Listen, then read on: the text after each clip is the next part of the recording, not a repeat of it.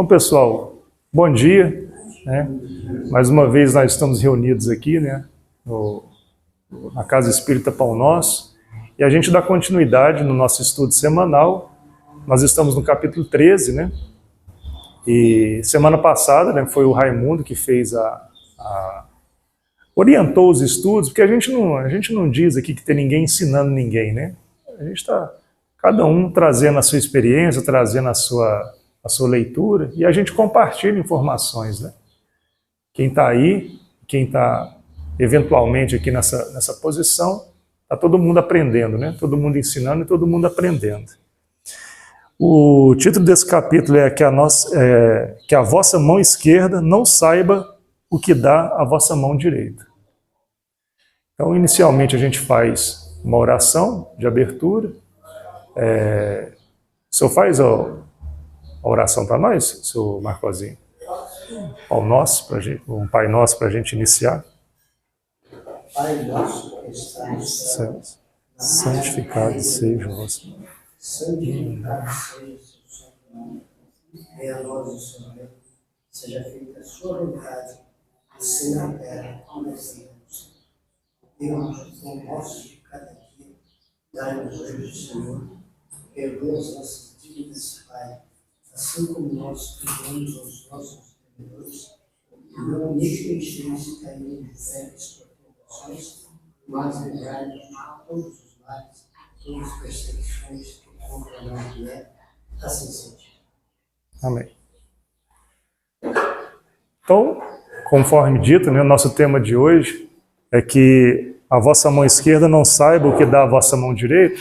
É um capítulo, né, que já foi iniciado semana passada pelo Raimundo, e a gente vai fazendo aqui a nossa sequência. Eu queria deixar registrado também aqui, a gente faz esse estudo também, até em memória ao irmão do nosso, o seu nome é o Deon, o irmão dele que faleceu é o Vander, né? A gente faz Vander Luiz Camargo. Então a gente deixa aqui os nossos sentimentos da família, viu, Deon? Então, a gente lembrando aí o que ocorreu a semana passada, o Raimundo falou daquele tema da caridade, mas da caridade sem ostentação, né? O que é a caridade por ostentação? A gente entende que é aquela pessoa que faz a caridade, mas deixa claro, né? Ela quer fazer propaganda, ela quer fazer o marketing daquela caridade, né? Ela está fazendo aquela boa ação com uma certa intenção, né? Então a gente tem essa preocupação de a gente estar sempre vigilante, em termos próprios, né, da nossa própria individualidade, de tentar se corrigir em situações semelhantes, né, de a gente tentar sempre estar atento se as nossas ações estão sendo feitas de acordo com o ensinamento de Cristo, né. Então são temas assim até certo ponto polêmicos, né, e a gente, com o passar do estudo aqui, a gente vai abordando, e a gente tem sempre que ter esse juízo, né? Eu separei aqui alguns temas, e um deles, a gente viu muito aqui na pandemia, a gente viu muito no sofrimento que os nossos irmãos lá do Rio Grande do Sul também passou, e a gente sabe, né, que sempre vão ter essas calamidades, né? A gente, enquanto sociedade humana, a gente está sempre sujeito, né, a esses eventos críticos. É muito triste, né, quando acontecem essas situações que envolvem grupos inteiros, muitas vezes, né, de pessoas necessitadas, e que de uma hora para outra perdem a sustentação, perdem a estrutura, perdem o equilíbrio, né? Alguns perdem a própria vida, entes queridos. Isso acaba causando, naturalmente, uma comoção, né? A sociedade inteira se comove e é justo que se comova mesmo, né, seu Ademar? As pessoas acabam se mobilizando e fazem aquelas boas ações não só de recurso financeiro, mas também ali de material, envia produto de higiene, comida, água e tal. Nota 10. A gente realmente tem que estar atento, e no que a gente puder, a gente ajuda, claro, né? Mas tem um porém, né? Será que é só nesses eventos de calamidade que a gente tem que estar atento e procurar ajudar as pessoas, né? Quem pode materialmente também ajudar as pessoas?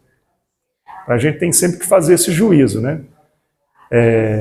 Existe uma situação que a doutrina sempre traz essa preocupação para a gente ficar atento, que é aquela pessoa que não pede a ajuda com a boca. Ela não chega pedindo a ajuda, ela não te fala nada, ela não vai explicitar a ajuda dela, o pedido de ajuda. Mas ela vai deixar claro esse pedido de ajuda no olhar dela, muitas vezes, né? É no olhar dela que você vai identificar, olha, essa pessoa está precisando de um apoio, está precisando de uma palavra, está precisando que seja de uma ajuda material, porque muitas vezes essa pessoa não quer te incomodar, ela vai achar que está se aproveitando, ela pode achar que pode ser uma humilhação para ela pode achar que talvez ele até precise também, e eu ainda estou pedindo para aquela pessoa. Então, essa ajuda da calamidade, que a sociedade se mobiliza, que às vezes o país inteiro se mobiliza, ela é fundamental, ela tem que existir mesmo. Então a gente vai fazer parte, a gente vai tentar ajudar no máximo que a gente puder. Mas a gente também tem que estar atento a essa caridade também, que é a caridade de ir atrás de quem precisa da ajuda. Não esperar com que aquele que necessite venha até a gente. Não é verdade? Então, não esperar sair o pedido de ajuda da boca da pessoa, mas às vezes tentar identificar essa necessidade até pelo olhar da pessoa. Não é isso? Aí entra aquela pergunta, né? Mas e quem não quer ajuda? Tem gente que você tá na cara com uma pessoa que precisa, né, de um apoio, que precisa de um esteio, precisa de alguém chegar mesmo e olha, é aqui, cara, vamos lá. Mas muita gente fala, mas ajudar quem não quer ser ajudado não dá, isso aí é uma... Olha, é claro que cada um responde por si, né? Cada situação é uma situação. E realmente é muito difícil você ajudar quem não quer ser ajudado. A gente acha que não quer ser ajudado, né? A gente usa essa expressão entre aspas, né? Ajudar quem não quer ajuda, a gente está usando entre aspas. É quase que um dito popular, né? Mas não, a gente tem que ajudar até quem não quer ajuda, até quem não quer ser ajudado, porque faz parte do nosso caráter ser acessível, né? A gente estender a mão até a quem não quer ajuda, porque na verdade todo mundo quer ajuda. Muitas vezes a pessoa, por orgulho, ela não tem a capacidade de receber ajuda. Muitas vezes, né, as pessoas, elas não têm capacidade de reconhecer que ela precisa de ajuda, né? Quanto mais de pedir. E quando a pessoa, então, oferece essa ajuda, ela tem aquele sentimento, estou sendo humilhado, estão me colocando por baixo, não. Eu tenho casos na família, inclusive. Isso é claro que pode até ser polêmico também, mas ele tinha muito problema de alcoolismo, sabe? Um tio meu, muito problema de alcoolismo, desde criança e tal. Isso estava afetando a própria saúde, a segurança dele. Ele morava sozinho, então um dia que a casa dele pegou fogo. Os vizinhos, ele bêbado, a casa pega fogo, e se os vizinhos não arrombam a porta e tiram ele de lá, ele não tinha sobrevivido, né? Mas, a contragosto dele, né, depois de muita insistência, alguém da família disse, não, nós vamos internar ele à força, senão nós vamos perder ele. E ele não queria ser ajudado de jeito nenhum, ele deixava claro, se me internar eu vou sair de lá pior ainda, ele falava. Não vou falar quem é, né, para não expor o meu tio, né, coitado. Mas internaram ele à força. Com 8 meses ele saiu de lá. Isso já tem uns 20 anos já. Desde então, ele nunca mais colocou um pingo de álcool na boca, seu Ademar. E vai regularmente lá, ajuda, é um projeto, né, social, e vai lá, ajuda, faz o papel dele, retribui, tem lá o emprego dele, tem as responsabilidades dele, engordou, ele era um cara bem magro, ele estava quase igual eu, assim, só a orelha, né? Mas magrinho e tal, mas agora não, agora já está ele sempre, né, sempre foi um cara forte, que trabalhava nessas fazendas, então, só que com o processo da doença, né, porque o alcoolismo é uma doença, né, gente? Precisa de tratamento, né? Então ele parecendo um touro hoje em dia, forte, né? Já está com 60 e poucos anos, mas ainda está aquele cara robusto, forte, corado. Mas não só o corpo dele, seu Marcozinho, né, Eunice? Mas a mente dele, o espírito dele é outro, está são. Então, toda vez que me falam assim, mas quem não quer ajuda não tem que perder tempo com ele, não. Pode ir atrás. Perca o tempo, não tem problema não. Perca o tempo, mas perca o tempo ajudando. Porque eu tenho na minha família um exemplo de uma pessoa que, olha, me surpreendeu. Me surpreendeu mesmo. É um exemplo muito forte que a gente tem. E tem também, né, dona Irene, aquela pessoa que a gente ouve falar, a gente vê muito esse discurso por aí, a caridade para quem não merece. É muito pesado isso, né? Falar, né, Ricardo? Que esse aí não merece nem ajuda. Mas será que a gente tem o direito de falar uma coisa dessa? Será que Cristo faria esse julgamento, né? Esse aí, esse vagabundo aí, esse não merece, nem merece uma ajuda. Eu acho que talvez vocês até concordem comigo, que esse tipo de julgamento não somos nós que devemos fazer, né?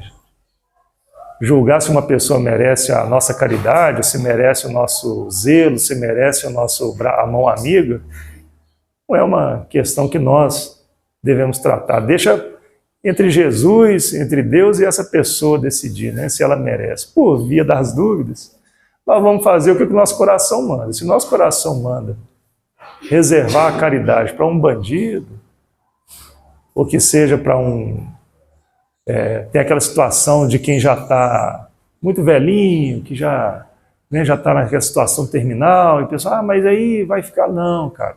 Não somos nós que fazemos esse tipo de julgamento. Deixa entre ele e Deus depois. O que nós podemos fazer para ajudar, a gente ajuda. A gente reserva o nosso tempo, que é o nosso maior bem, né? A ajudar e não fazemos esse tipo de julgamento se a pessoa merece ou não. Muito, muito difícil a gente concordar com esse tipo de atitude, né? E tem aquela situação que ele traz aqui no capítulo 13 também, que é do óbolo da viúva. Todo mundo já é muito conhecido, né? Essa parábola do óbolo da viúva, né? Quem por um acaso não conhece, é aquela situação que Jesus está reunido, né, com os apóstolos e toda a igreja, o pessoal que o seguia, e então é para Jesus prestando atenção como é que o pessoal fazia a esmola, né? Fazia as ofertas lá, que é justo mesmo.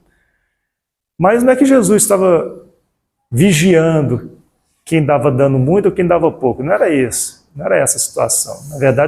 Na verdade, Jesus estava esperando uma oportunidade de ensinar alguma coisa, né? Ele era sempre atento, né?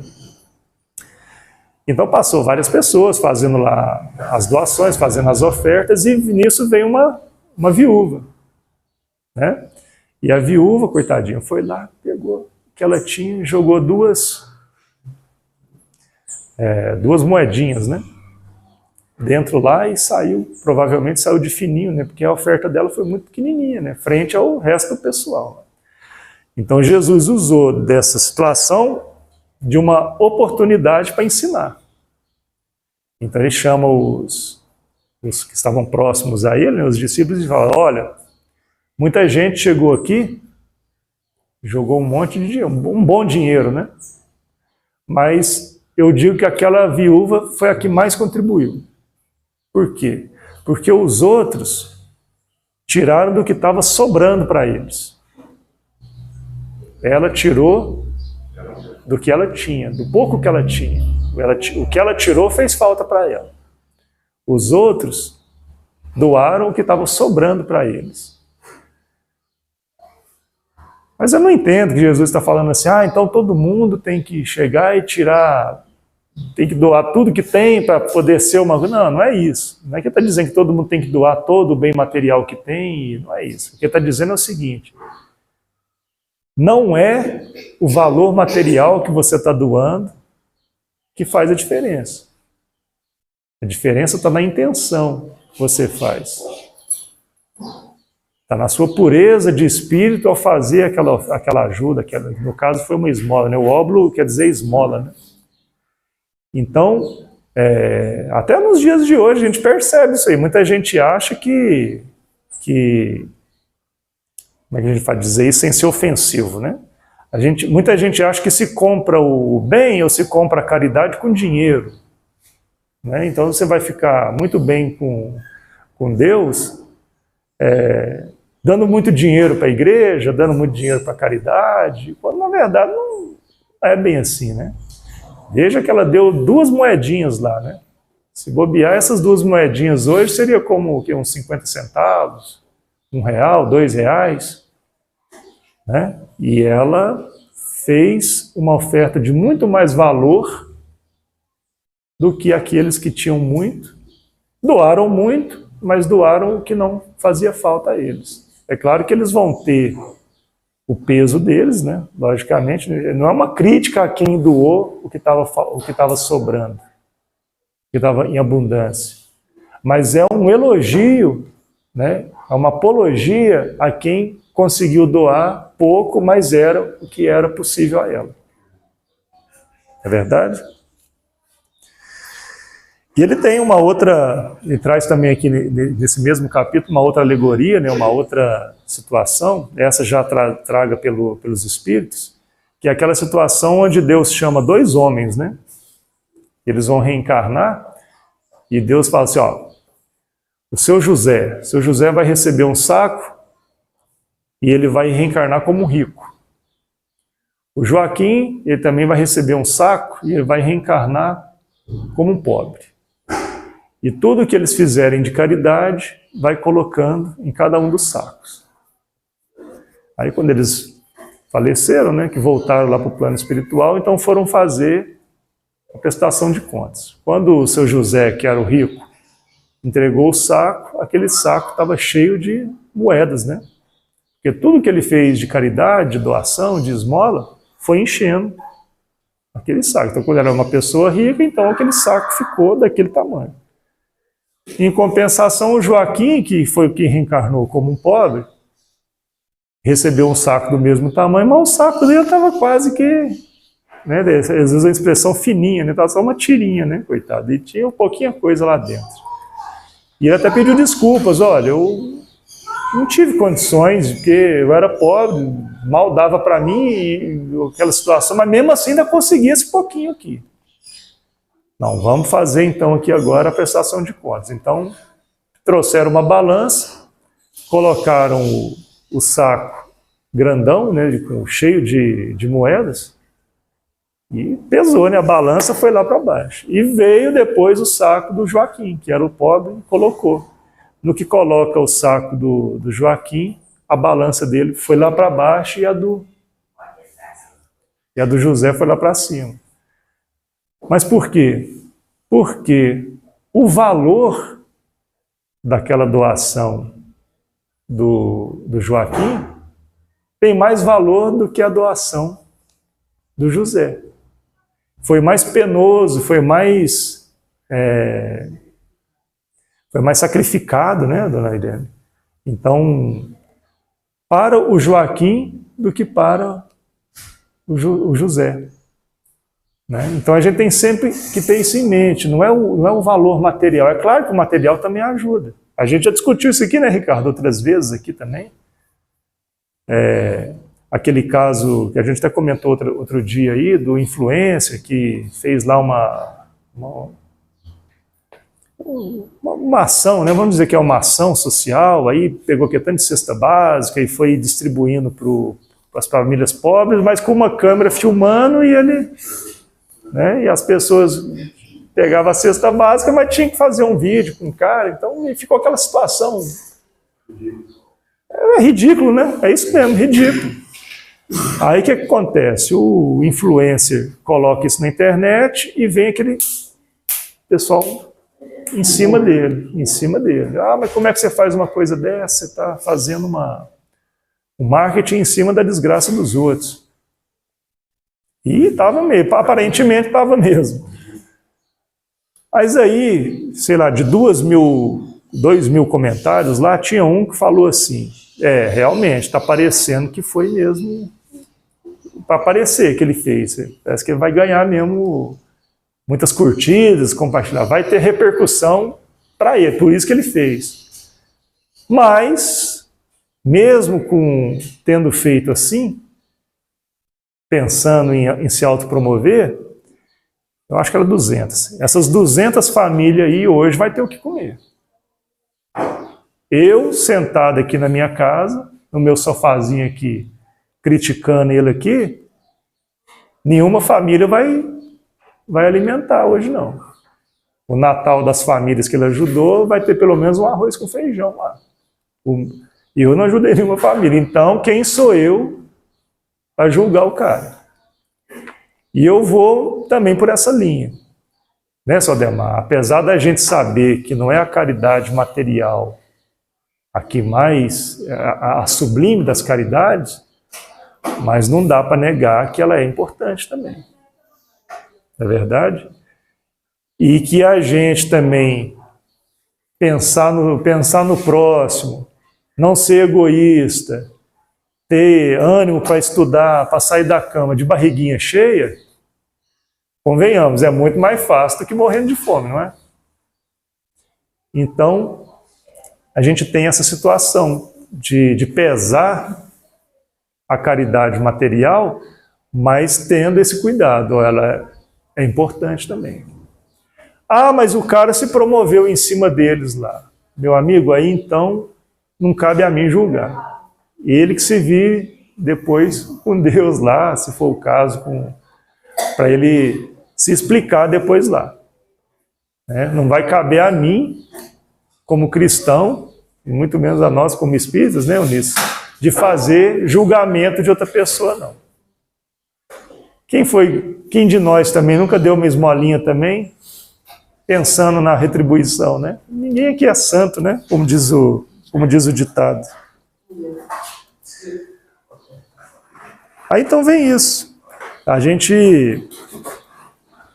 Ele traz também aqui aquela passagem de que Jesus diz para convidar os pobres para o banquete, né? Vale muito mais convidar os pobres para o banquete do que os ricos, né? Mas é claro, né, gente? Isso é uma parábola. Ele não está dizendo para você sair na rua, juntar os pobres e colocar na sua... Até porque você não conhece essas pessoas, né? Pode ser um pobre, pode ser um rico. Você não vai sair trazendo pessoas desconhecidas para sua casa. Não é porque é pobre que você não vai trazer, é porque não vai trazer ninguém, né? É a segurança até, né?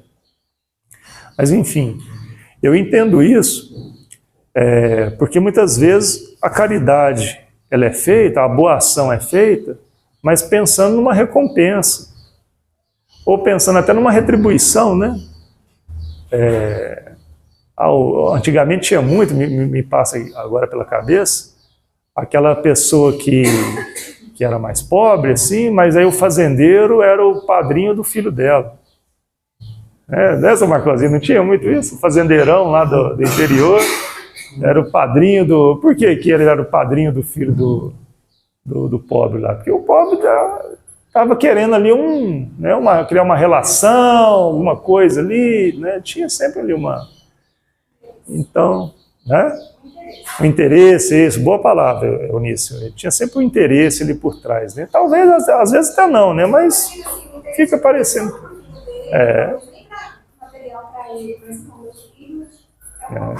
Talvez, com certeza, eles serem uma boa pessoa também. Não necessariamente interagir, mas isso. Uma pessoa não levar para ser padrinho do filho. É verdade. Isso. Mas, convenhamos, em muitos dos casos pode ser também, não pode? Pode ser por interesse. Não que em todos os casos sejam, né?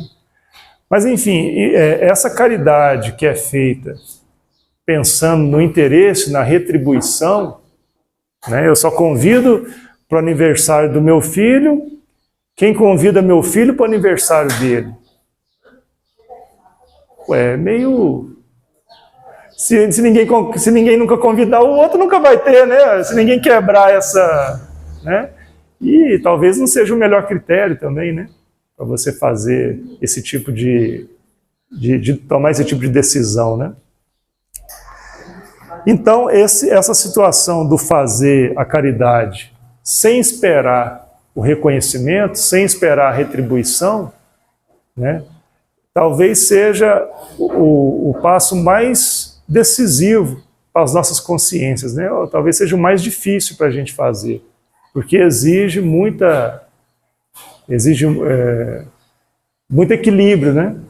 Você chegar a isso na plenitude mesmo, exige muito equilíbrio. É mais ou menos como aquela criança que está aprendendo a nadar. Não sei se todo mundo aqui sabe nadar, mas no começo você pula na água, você tem que pensar tanta coisa, né, que você acaba se afogando, né?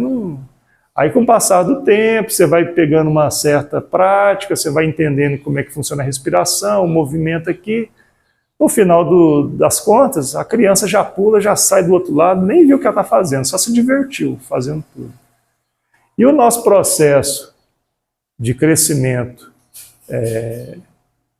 pessoal, que o Raimundo ele traz aqui na palestra passada, que ele chama isso de reforma íntima, eu acredito dessa forma. É como a criança aprender a nadar. Essa reforma íntima que a gente busca é como a gente aprender a andar de bicicleta, por exemplo, né? Então, no começo ali, você não entende, você não tem talvez a força, aí também tem o equilíbrio, até que uma hora você vai começar a pedalar e nunca mais você cai, né? Aprendeu uma vez, né? Você entendeu como é que funciona, o seu cérebro já registrou como é que é o movimento, né? As suas pernas já entenderam como é que é a força que ela tem que fazer, a sincronia, e você vai embora. Então, a nossa conduta também, a nossa forma de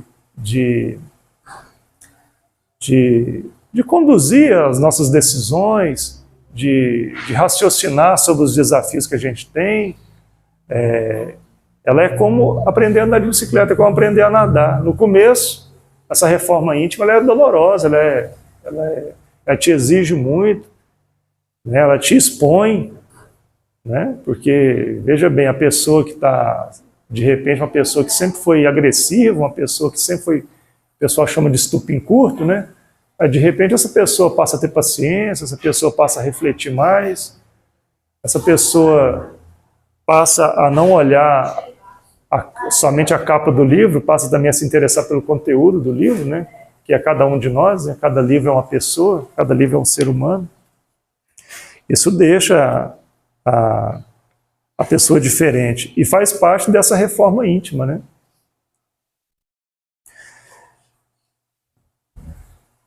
E além, mas então a gente está falando então dessa caridade material, né, da forma como a gente deve pesar ela, mas também ele trata aqui no capítulo 3 da caridade moral também, né, que essa é que é a pesada, né, dona Irene? A caridade moral é que realmente nos coloca à prova, porque aí é quando a gente vai saber se a gente está realmente sendo capacitado, está realmente está evoluindo no caminho certo, que é quando chega as provações mais difíceis. Aí ele diz aqui, eu anotei aqui para não perder, que a caridade moral ela passa por saber relevar as palavras do tolo. Então, quando você está numa discussão, né, não sei se aconteceu com vocês, talvez o tolo seja eu também aqui, né, mas enfim. Quando você está numa discussão, que aquela pessoa é ignorante, tanto no sentido de ignorante não saber a coisa, né, que é uma ignorância no sentido de desconhecer o assunto, quanto no ignorante de ser agressivo, de ser, né, autoritário, né, que só... Então, quando vem essa palavra do tolo, do ignorante, como que vai ser a sua reação? A sua reação vai ser como no jogo do truco, que você truca a pessoa? Ou vai ser aquela reação de caridade? Não. Quer saber? Vou ter aqui paciência, vou ter equilíbrio aqui para essa situação não piorar, vamos deixar a coisa do jeito que está. Tem a nossa geração, né? Ela tem aquela coisa assim, a última palavra tem que ser sempre a minha, eu que tenho que ganhar qualquer discussão, né? É uma briga constante com o orgulho da gente, com a vaidade da gente, né? Tem que sempre sair vencendo os debates, né?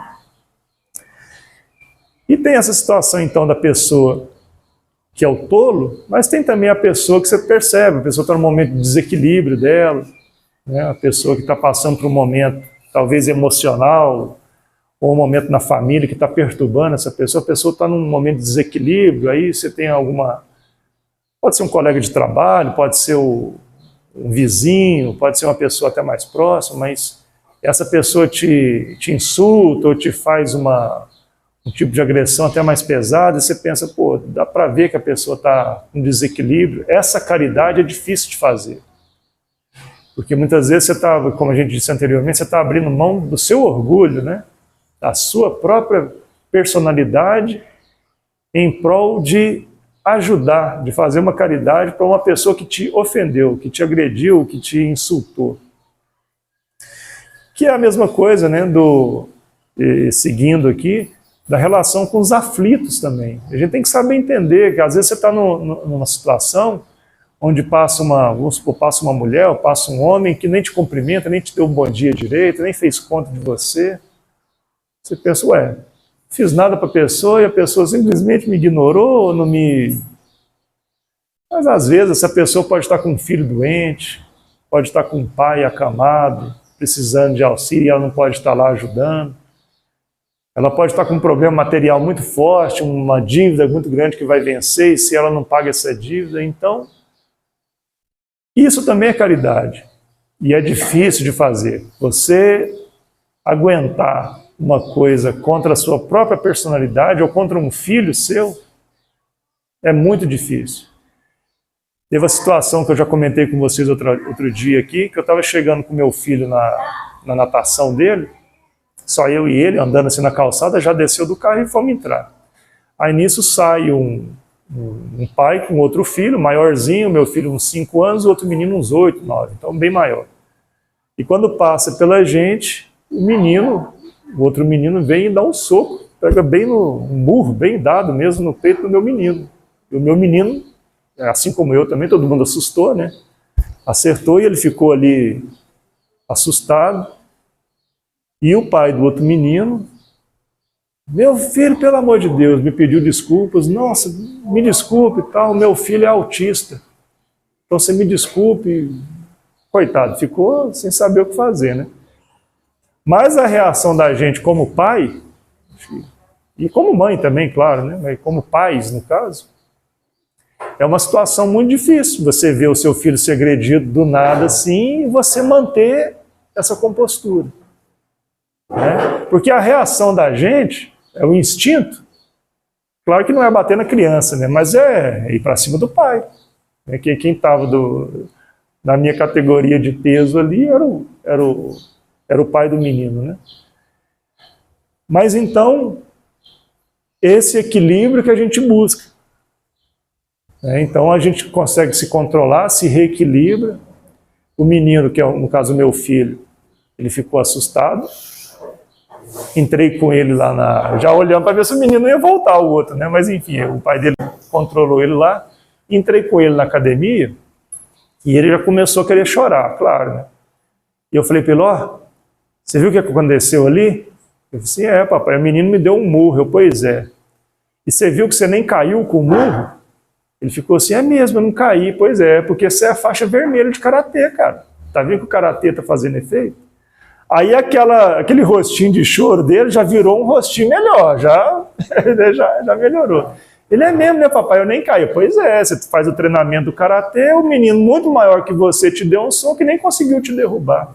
Então a criancinha que já estava naquela situação, né, coitado dele, para ele passou um vexame, né? O menino bateu nele, não, você Menino de 8 ou 9 anos te dá um soco, você nem cai, ainda nem chorou e conseguiu segurar, ele é mesmo, a faixa vermelha do karatê. Então o que acontece? De uma situação difícil, complicada para mim, e para ele também, muito mais para ele, que foi quem apanhou, a gente conseguiu ainda sair sem ter esse peso de ter agravado ainda mais a situação. Imagina se a gente tem uma decisão de sair no tapa com o pai do menino, cobrar algum tipo de coisa, né? Faria sentido nenhum, né? Mas só para deixar claro, meu filho falou assim, papai, eu não caí mesmo não, aguentei, mas tá doendo, viu? Ele falou, não, mas vai passar. Vai doer mais no pai do menininho do que na gente. E é verdade, o pai do menininho, esse sim é que está com o peso todo do mundo nos ombros dele. Porque com um filho autista e a criança autista, né, salvo o melhor juízo, ela tem uma dificuldade mesmo para se controlar. Nesse caso aí que ele me parece uma criança agressiva, né, é uma tarefa muito forte que esse pai vai ter junto com a mãe dele, eu acredito. E a sociedade, né, tem que apoiar, né? Tem que apoiar, saber entender e vamos ponderar e vamos em frente, todo mundo junto, né? Inclusive ajudando o pai lá nas dificuldades que vai enfrentar, né? Que são muito maiores que a minha, inclusive, né? Pessoal, nós já passamos bastante do tempo aqui. Eu vou abrir, como de costume, para alguém que quiser fazer uma consideração, fazer uma análise, fazer um comentário. Nunca ninguém aqui teve que suportar algum insulto e sair caladinho para não piorar a situação, né, seu Ademar? Nunca ninguém passou por isso aqui? Nunca não, Eunice? Nunca. Passou por quê? Por exemplo, assim, você está numa situação onde o vizinho, vou falar, vizinho acontece muito, né? A dona Irene sabe como é que é a questão de vizinho, né, dona Irene? Você está saindo de casa, aí o vizinho está por algum motivo ali, deu ali uma coisa ali. Aí o vizinho, quer saber também? Isso é vou falar bobão aqui, porque a gente está num ambiente religioso, né? Isso é um bobão. Pô, aí você pensa assim, o vizinho me chamou de bobão, cara, eu vou... Mas se coloca como se eu sou não para a mãe de pai dela. Não é? É que eu não quis conduzir a palavra a ele para poder não trazer constrangimento maior. Isso. É o que a gente está falando aqui, é o seguinte, se você chama ele de bobão também, aí na verdade quando a gente responde um insulto, a gente quer sempre fazer um insulto pior ainda, né? A gente não chama a pessoa da mesma coisa que ele chamou a gente, né? A gente quer chamar uma coisa pior. Então a gente responde um insulto com outro insulto, a gente está querendo corrigir um erro com outro erro, né? Não é à toa que já passou 40 dias no deserto para poder provar para nós que ele é o Criador, ele é o que conquistou tudo, fez tudo por nós. Passou 6 dias descansou no céu. E deixou o exemplo para a gente, né? Como a gente disse mais cedo aqui, deixou os rastros para a gente seguir, né? Então é isso, a gente entender que talvez esse vizinho, o vizinho sempre foi uma pessoa legal comigo, você me tratou bem, agora me dá um xingamento desse aqui, o que aconteceu com o vizinho? Então você pensa, pode ser que o filho dele está doente, pode ser que brigou com a mulher e não está numa situação boa, pode ser que o pai dele está internado e ele também não quer ficar falando, ele queria estar lá com o pai dele e não está. Então são coisas que a gente, como cristão, e aqui na nossa doutrina espírita, a gente também tem que ser vigilante nisso, a gente tem que estar sempre praticando a caridade, não apenas, né, vamos fazer assim, vamos deixar claro assim, não apenas no sentido moral, no sentido material, mas também essa caridade no sentido moral. Deixar os julgamentos para quem deve julgar, que não somos nós, né? Só tinha levantado a mão? Não? Só quer fazer alguma consideração, dona Zélia? Só quer fazer uma consideração, isso? Não? Mas, pessoal, é isso então. A gente encerra o nosso estudo de hoje, já bem adiantado da hora. Fica o convite, né, para sábado que vem, sempre a partir das 9 horas, a gente faz aqui esse estudo. e depois nós já nos encaminhamos para o passe, e depois do passe nós temos a sopa fraterna aí, que está todo mundo convidado aí para tomar essa sopa com a gente. Vamos fazer a nossa oração de encerramento. Eu sempre gosto de convidar o mais ancião, né? Vamos falar o mais experiente, né? A pessoa mais experiente da sala para fazer essa oração final. Mas hoje eu estou na dúvida aqui quem que é o mais experiente. Quem é o mais experiente aqui? Será que sou eu ou sou o Ademar? Quem que vocês acham que são? Quem vocês acham que é? Vem aqui, seu Ademar, vem fazer para nós aqui a nossa oração de encerramento. Talvez... Hein? É mais experiente. Está igualzinho a escolinha do professor Raimundo. Não é possível, não é possível.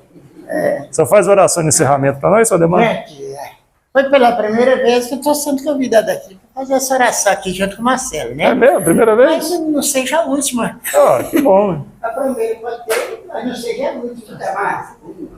Pede ao nosso Jesus Cristo que tire mim para poder libertar as palavras. E nem está me iluminar todos nós aqui. Vamos lá. Ele não ilumina só eu, como todos nós, né? Então vamos levar nosso pensamento a Pai e agradecer a Ele por essa oportunidade que Ele dá para nós, essa grande oportunidade para a nossa vida espiritual e de proteção para todos nós que estamos aqui e aqueles que estão fora aqui também. Nossos irmãos que não pôde vir até a palestra hoje, mas Deus dê proteção para todos. Vamos levar nosso pensamento a Pai e agradecer a Ele e fazer a prece que nos ensinou. Pai nosso que estás no céu, santificado seja o vosso nome. Venha a nós o vosso reino. Seja feita a nossa vontade, assim na terra como no céu. O nosso de cada dia dá-nos. Perdoa, Pai, nossas dívidas, ensinando a perdoar aqueles que nos ofendem. Não deixe que a gente tentação, mas todo mal. Foi sim. Obrigado, meu Pai. Obrigado, Senhor, por tudo que nós fazemos por nós. Assim seja. Eu posso pedir uma coisa? Senhor, eu não sou digno de entrar minha morada, mas dizer só uma palavra e serei salvo.